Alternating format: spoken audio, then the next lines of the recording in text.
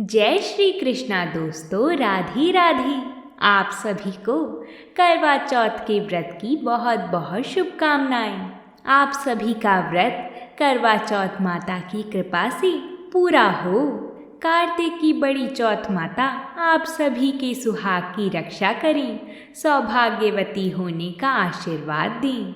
जो इस व्रत को करे और इसकी कथा को सुने उसे सौभाग्यवती होने का आशीर्वाद दें। आज हम करवा चौथ की 4 कथाओं का श्रवण करेंगे, जिसमें हम अमर सुहाग की कथा का भी श्रवण करेंगे और अंत में बिंदायक जी की कथा को भी सुनेंगे, जिनको सुनने से ही करवा चौथ का व्रत पूर्ण माना जाता है। तो आइए करवा चौथ की पहली कथा को प्रारंभ करते हैं। बोलिए चौथ माता की जय, बिंदायक जी महाराज की जय। एक समय की बात है जब नीलगिरी पर्वत पर पांडव पुत्र अर्जुन तपस्या करने गए थे। तब किसी कारणवश उन्हें वहीं रुकना पड़ा। उन्हीं दिनों पांडवों पर गहरा संकट आ पड़ा था। इधर द्रौपदी बहुत परेशान थी। उनकी कोई खबर ना मिलने पर तब चिंतित व शोककुल होकर द्रौपदी जी ने भगवान श्री कृष्ण का ध्यान किया तथा कृष्ण जी के दर्शन होने पर पांडवों के कष्टों के निवारण हेतु उन्होंने उनसे उपाय पूछा। तब कृष्ण जी बोले, हे द्रौपदी, मैं तुम्हारी चिंता एवं संकट का कारण जानता हूँ। उसके लिए तुम्हें एक उपाय करना होगा। जल्दी ही कार्तिक माह की कृष्ण चतुर्थी आने वाली है। उस दिन तुम पूरे मन से करवा चौथ का व्रत रखना। भगवान शिव, गणेश जी महाराज एवं पार्वती माता की उपासना करना। तुम्हारे सारे कष्ट दूर हो जाएंगे तथा सब कुछ ठीक हो जाएगा। कृष्ण जी की आज्ञा का पालन करके द्रौपदी जी ने वैसे ही करवा चौथ का व्रत किया। तब उसे शीघ्र ही अपने पति के दर्शन हुए और उसकी सारी चिंताएं दूर हो गई। जब माता पार्वती द्वारा भगवान शिव से पति की दीर्घ आयु एवं सुख संपत्ति की कामना की विधि पूछी, तब शिव जी ने करवा चौथ व्रत रखने की कथा सुनाई थी। करवा चौथ का व्रत करने के लिए श्री कृष्ण ने द्रौपदी जी को एक कथा का वर्णन किया था। पुराणों के अनुसार करवा नाम की एक पतिव्रता धोबिन अपने पति के साथ तुंगभद्रा नदी के किनारे स्थित गांव में रहती थी। उसका पति बूढ़ा और निर्बल था। एक दिन जब वह नदी के किनारे कपड़े धो रहा था, तभी अचानक एक मगरमच्छ वहां आया और धोबी के पैर अपने दांतों में दबाकर यमलोक की ओर ले जाने लगा।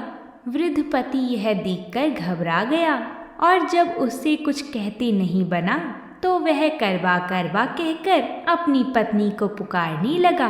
पति की पुकार सुनकर धोबिन करवा वहां आ पहुंची तो मगरमच्छ उसके पति को यमलोक पहुंचाने ही वाला था। तब करवा धोबिन ने मगरमच्छ को कच्चे धागे से बांध दिया और मगरमच्छ को लेकर यमराज के द्वार पहुंची। उसने यमराज जी से अपने पति की रक्षा करने की गुहार लगाई और साथ ही यह भी कहा कि मगरमच्छ को उसके इस कार्य के लिए कठिन से कठिन दंड देने का आग्रह किया और बोली, हे भगवान, मगरमच्छ ने मेरे पति के पैर पकड़ लिए हैं। आप इस मगरमच्छ को इस अपराध के लिए दंड स्वरूप नर्क भेज दें। करवा की पुकार सुनकर यमराज ने कहा, अभी मगर की आयु शेष है, मैं उसे अभी यमलोक नहीं भेज सकता।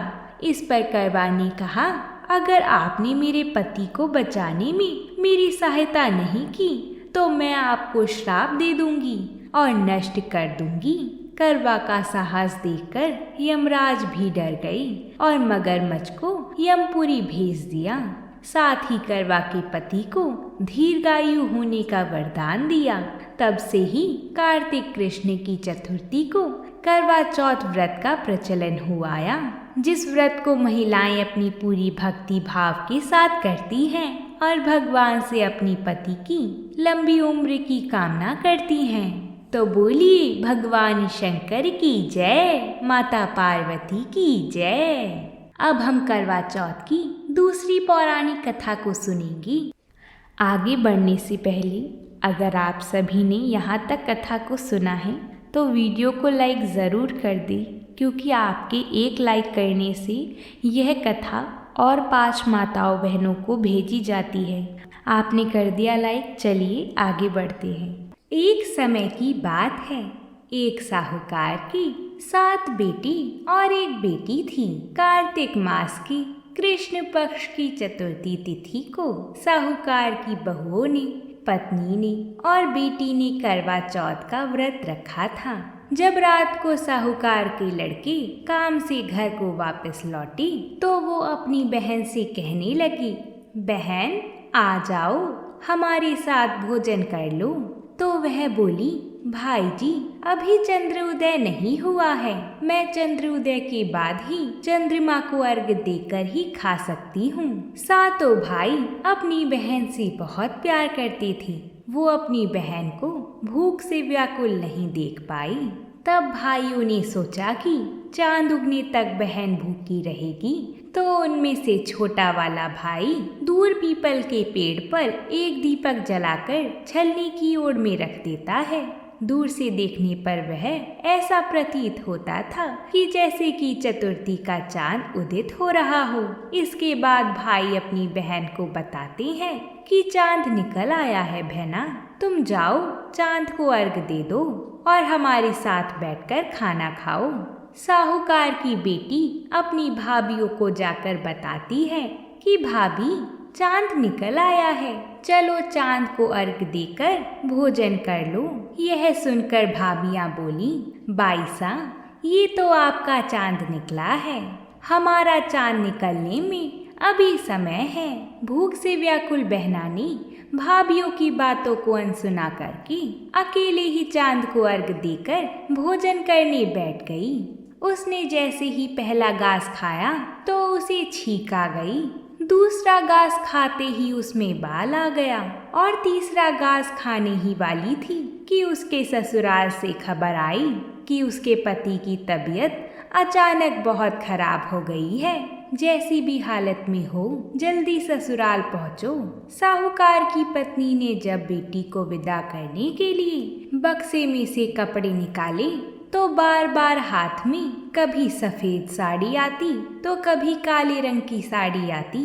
वह बोली, माँ तुम रहने दो, मैं ऐसी ही चली जाती हूँ। माँ घबराकर बेटी से बोली, बेटी ये ले सोने का सिक्का और रास्ते में जो कोई भी छोटा बड़ा मिले उसके पैर छूते जाना, और जब कोई तुम्हें पूर्ण सौभाग्यवती होने का आशीर्वाद दे तो उसे सोने का सिक्का देकर अपने पल्ले में गांठ बांध लेना। वह बोली, ठीक है माँ, और ऐसा कहकर अपने ससुराल की ओर चल पड़ी। रास्ते भर में जो कोई भी मिलता सबके पैर छूती गई। सबने उसे आशीर्वाद दिया कि खुश रहो, मायके का सुख देखो। ऐसे ही वो अपने ससुराल के दरवाजे पर पहुंची। ससुराल के आंगन में उसकी छोटी ननद खेल रही थी। उसने उसके भी पैर छुए। तब छोटी ननद ने उसे आशीर्वाद दिया कि सौभाग्यवती रहो, पुत्रवती हो। यह सुनते ही उसने अपने पल्ले में गांठ बांधी और उसे सोने का सिक्का देकर अंदर गई तो उसने देखा कि उसका पति मरा पड़ा है और उसे ले जाने की तैयारी हो रही है। वह यह सब देखकर बहुत रोई।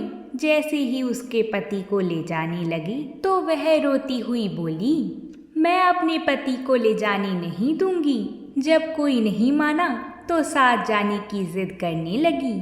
उसकी जिद के आगे हार कर सभी कहने लगे कि ठीक है, इसे भी ले चलो साथ में। वो सबके साथ में अपने पति को लेकर शमशान घाट भी चली गई।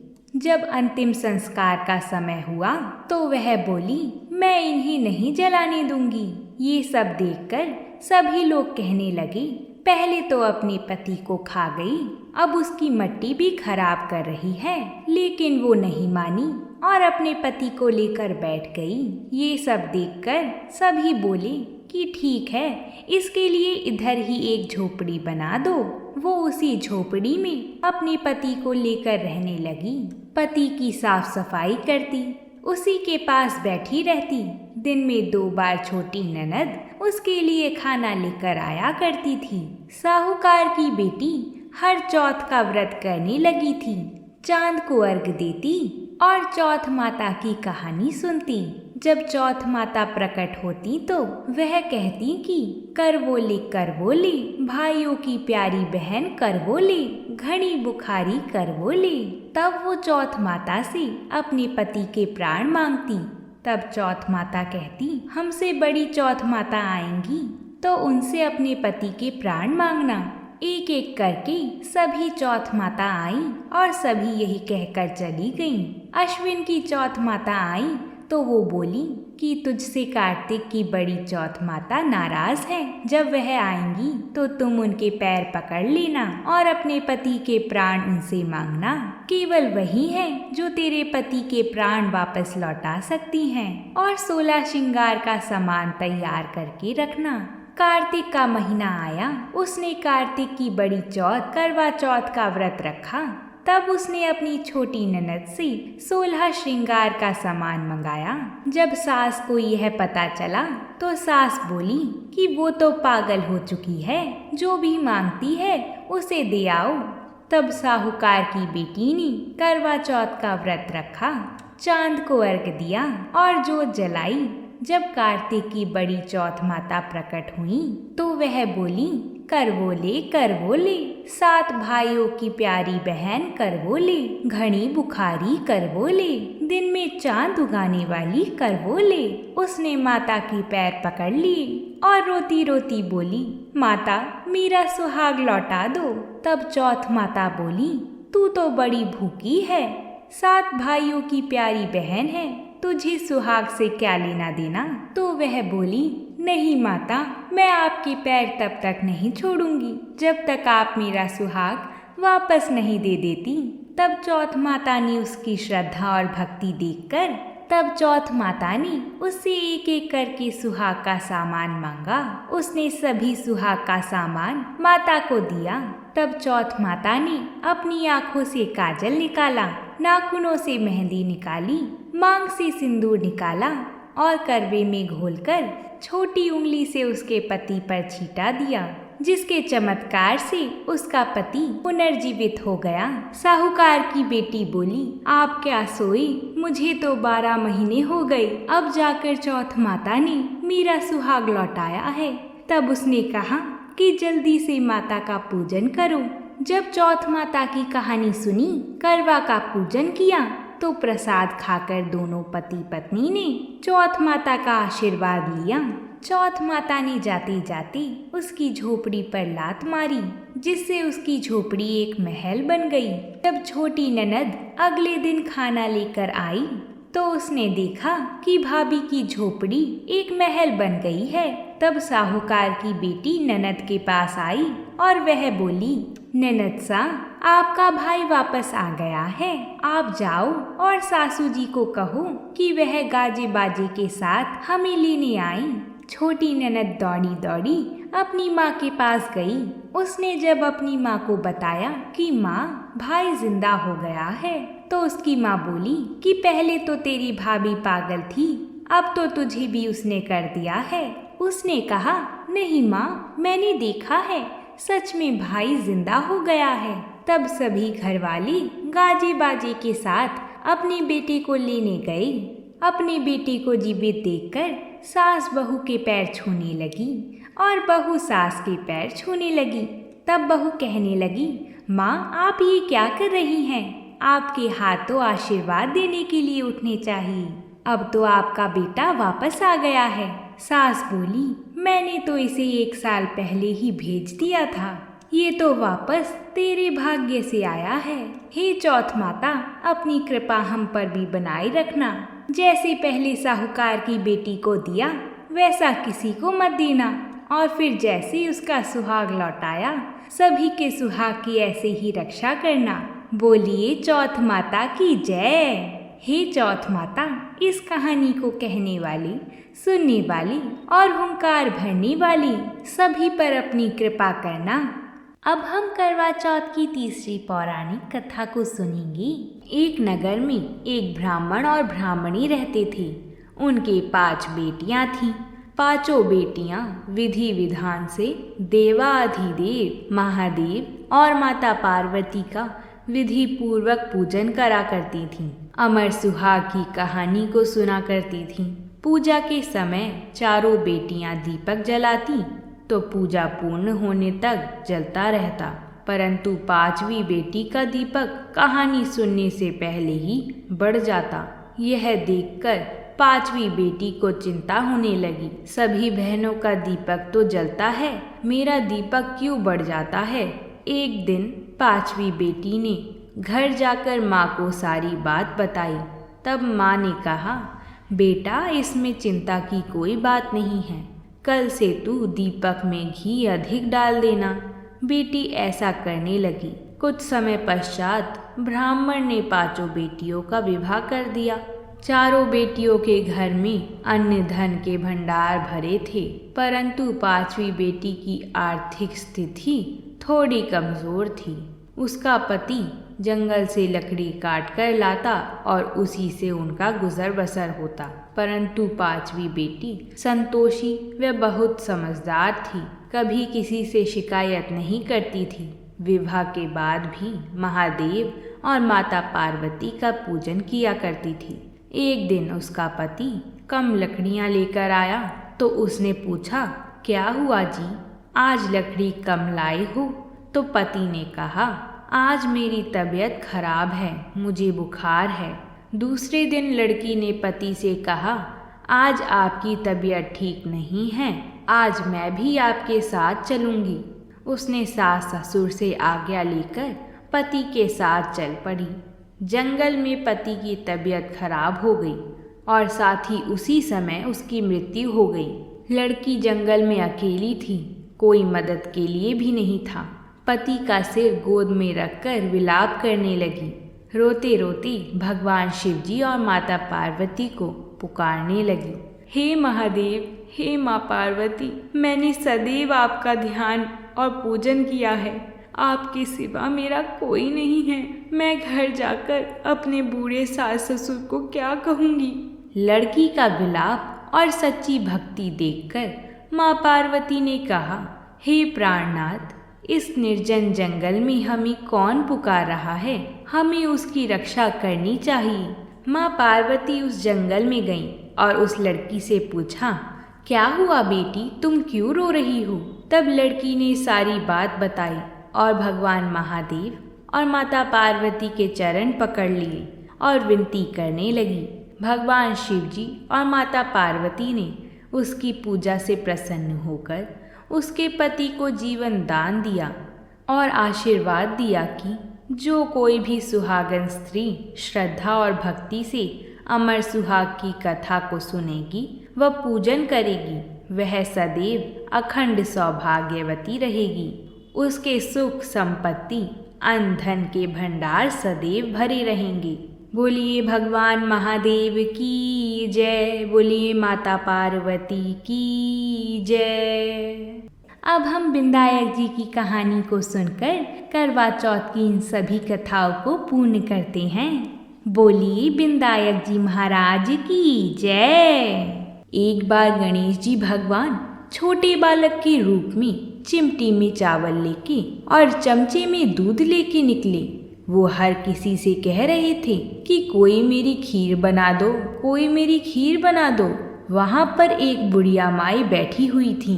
उसने कहा, ला मैं बना देती हूँ। वह छोटा सा बर्तन चढ़ाने लगी तो गणेश जी भगवान ने कहा कि दादी माँ, छोटी सी भगोनी मत चढ़ाओ, तुम्हारे घर में जो सबसे बड़ा बर्तन हो वही चढ़ाना। बुढ़िया माई ने गणेश जी का मन रखने के लिए बड़ा बर्तन चढ़ा दिया। वह देखती रह गई कि वो जो थोड़े से चावल उस बड़े बर्तन में डाले थे वह तो पूरा भर गया है। गणेश जी ने कहा, दादी माँ मैं नहा धोकर आता हूँ। जब खीर तैयार हो गई तो बुढ़िया माई के पोता पोती खीर खाने के लिए रोने लगे। बुढ़िया माई ने कहा, गणेश जी महाराज तेरे भोग लगना, कहकर चूल्हे में थोड़ी सी खीर डाली और कटोरी भरकर बच्चों को दे दी। बुढ़िया की पड़ोसन ऊपर छत पर से देख रही थी तो बुढ़िया ने सोचा यह चुगली कर देगी, इसलिए एक कटोरा भरकर उसे भी पकड़ा दिया। बेटे की बहू ने भी छुपके से एक कटोरी खीर ले जाकर खाई और कटोरा चक्की के नीचे छुपा दिया। अभी भी गणेश जी महाराज नहा धोकर नहीं आए थे और बुढ़िया को भी भूख लग रही थी, तो वह भी एक कटोरी में खीर डालकर किवाड़ के पीछे बैठकर एक बार फिर कहा कि गणेश जी महाराज आपके भोग लगे। यह कहकर खाना शुरू कर दिया। तभी गणेश जी महाराज आ गए। बुढ़िया माई ने कहा, आजा रे गणेश, खीर खा ले, मैं तो तेरा ही इंतजार कर रही थी। तब गणेश जी ने कहा, दादी माँ, मैंने तो खीर पहले ही खा ली। बुढ़िया ने कहा, कब खाई? गणेश जी महाराज ने कहा, जब तेरे पोता पोती ने खाई तब मैंने खाई, जब तेरी पड़ोसन ने खाई तब मैंने खाई, और जब तेरी बहू ने खाई तब भी मैंने ही खाई, और अब जब तूने खाई तो मेरा पेट पूरा ही भर गया। बुढ़िया माई ने कहा, बेटा तेरी सारी बात सच है, लेकिन बहू बेचारी तो सुबह से काम में लगी हुई है, तो फिर उसने खीर कब खाई? गणेश जी महाराज ने कहा, चक्की के नीचे देख, झूठा कटोरा पड़ा है, तूने मेरा भोग तो लगाया, वह तो बिना भोग के ही खीर खा गई। बुढ़िया माई ने कहा, बेटा घर की बात है, घर में ही रहने दो, अब बताओ बची हुई खीर का क्या करूं? गणेश जी महाराज ने कहा, पूरी नगरी को जिमा दो। बुढ़िया माई ने पूरी नगरी को जिमा दिया, फिर भी बर्तन खाली नहीं हुआ। जब राजा को यह बात पता चली तो राजा ने बुढ़िया को बुलवाया और कहा, क्यों री बुढ़िया, ऐसा बर्तन तेरे घर पर कहाँ से आया? ऐसा बर्तन तो राजमहल में होना चाहिए। बुढ़िया ने कहा, राजा जी इस बर्तन को आप ले लो। राजा जी ने खीर का बर्तन महल में मंगा लिया। लाते ही खीर में कीड़े मकोड़े बिछुए हो गए और दुर्गंध आने लगी। यह देखकर राजा ने बुढ़िया से कहा, बुढ़िया बर्तन वापस ले जा, जा तुझे हमने दिया। बुढ़िया ने कहा, राजा जी आप देते तो पहले ही कभी दे देते, यह बर्तन तो मुझे मेरे गणेश जी ने दिया है। जब बुढ़िया ने बर्तन वापस लिया तो लेते ही सुगंधित खीर हो गई। घर आकर बुढ़िया ने गणेश जी से कहा, बची हुई खीर का क्या करें? गणेश जी ने कहा, झोपड़ी के कोने में गड्ढा खोदकर गाड़ दो, उसी जगह पर जब सुबह उठकर वापस खोदेगी तो धन के 2 चरे मिलेंगे। ऐसा कहकर गणेश जी महाराज अंतर्ध्यान हो गए और जाते समय झोपड़ी को लात मारते हुए गए तो झोपड़ी की जगह महल हो गया। सुबह बहू ने फावड़ा लेकर पूरे घर को खोद दिया तो कुछ भी नहीं मिला। बहू ने कहा, सासू जी थारो गणेश जी तो झूठो निकलो। सास ने कहा, बहू मारो गणेश झूठो तो नहीं है, ला मैं देखूं। वह सुई लेकर खोजने लगी तो टन टन करते 2 धन के चरे निकल आए। बहू ने कहा, सासू जी गणेश जी तो साचो ही है। सासू ने कहा, गणेश जी महाराज तो भावनाओं का भूखा है। हे गजानन गणेश जी महाराज, जैसा आपने बुढ़िया को दिया वैसे ही सबको देना। विनायक जी की कहानी कहने वाली, हुंकार भरने वाली और आसपास के सभी सुनने वाले सबको अपनी कृपा से पूर्ण करना। बोलिए गणेश जी महाराज की जय। करवा चौथ की संपूर्ण कथाओं को सुनने के बाद अपनों से बड़ी जैसे सास और जेठानी के पैर छुआ करते हैं और उनसे सदा सुहागन होने का आशीर्वाद प्राप्त करते हैं। अगर किसी कारणवश आप सभी अकेले इस कथा को श्रवण कर रहे हों तो चौथ माता का आशीर्वाद लेकर कथाओं को पूर्ण करना चाहिए। अगर आप सभी ने इस कथा को पूरा सुना है तो कमेंट में चौथ माता की जय लिखकर हमें अपना आशीर्वाद जरूर दीजिएगा। और अगर वीडियो अच्छी लगी हो तो वीडियो को लाइक और चैनल को सब्सक्राइब जरूर कर लीजिएगा। हम आप सभी के लिए व्रतों से जुड़ी कथाएं लाते रहेंगे। चौथ माता की कृपा और विनायक जी की कृपा से हम सभी को पूर्ण सुहागन का आशीर्वाद प्राप्त हो। बोलिए चौथ माता की जय।